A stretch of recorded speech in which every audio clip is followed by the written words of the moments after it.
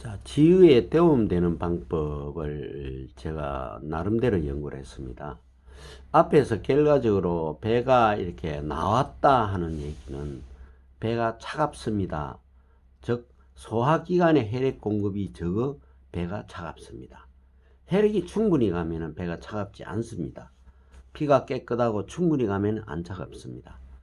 그 차가운 반대는 따뜻한 것입니다. 따뜻한 것은 온연료법이 아주 좋다라고 저는 권하고 싶습니다. 특히 온연료법 중에서 원적외선 온연료법은 태양의 빛과 똑같은 빛이 나오기 때문에 원적외선은 몸속 깊숙이 온열이 전달되는 것을 원적외선 온연료법이라 합니다. 원적외선을 쓰려 그러는 것 같으면은 주로 세라믹이라는 것을 사용하면 아주 좋습니다.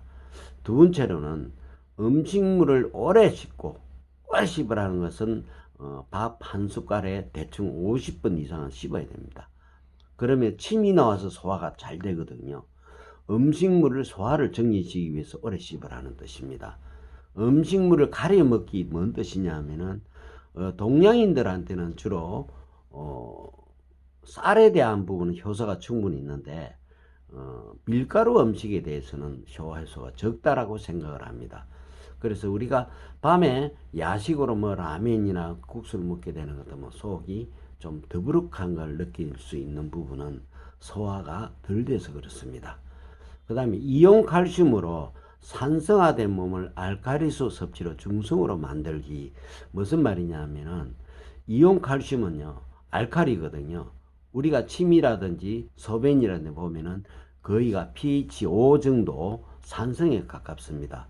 그래서 알칼리를 섭취하게 되면 중성이 되기 때문에 우리 인체의 모든 장기의 기능이 좋아진다는 뜻입니다. 운동요법은 잘 아시다시피 걷기, 달리기, 등산 등이 있는데요. 운동을 할 경우에는 다리, 팔만 운동을 하는 게 아니고 우리 인체 내에 있는 모든 소화기관들이 같이 운동을 하게 됩니다. 즉 연동작용을 잘하게 된다는 거거든요. 그래서 연동작용을 잘한다는 얘기는 우리가 피로서 연동작용을 시켜줘야 되는데 운동을 함으로 인해서 근육도 튼튼해지지만은 소화기관 자체의 기능이 향상된다 이렇게 볼 수가 있습니다. 마사지, 지압요법, 특히 중환을 집중 지압과 마사지로 혈관 근육을 풀어줍니다. 무슨 뜻이냐 하면은 마사지는 잘 하시지 않습니까? 배를 주문다든지 마사지를 한다든지 지압요법 꾹꾹 눌러준다든지. 제가 지금까지 공부해 본 바로는 중환이라는 데는 배꼽과 갈비뼈 사이입니다. 그 자리가 혈관이 대동맥, 대정맥이 지나가는데요. 그 부분에 차고 이게 체하게 되면 그 부분이 부풀어 오릅니다. 보통 이게 남자들 30대 이상 지나 보면은 그게 다 부풀어 오릅니다. 그런 경우에는 그 자체가 혈관이 차가워져서 이렇게 부풀어 오른 거거든요. 그래서 그 부분을 집중적으로 지압과 마사지로 혈관 근육을 풀어주면 좋습니다. 또 그와 같은 중환과 같이 연결되어 있는 자리가 등에 보면은 여자분들 같은 경우는 브레이즈 끈을 매는 그 장소가 그 앞에 중환하고 같은 혈관으로 연결되어 있다고 생각을 합니다. 그 양쪽 그 끈 매는데 그 자리 남자들 같으면은 그 부분이 이렇게 톡톡 쳐보면 굉장히 아픕니다. 그 부분을 이렇게 마사지를 해서 근육을 풀어주면은 근육이 완화돼서 혈액순환이 잘 됩니다. 자, 그러면 체한다, 소화불량이 만병이 근원이 되는 이유는 자연이 선물한 그냥 공짜입니다. 이게 공짜, 공기가 공짜입니다.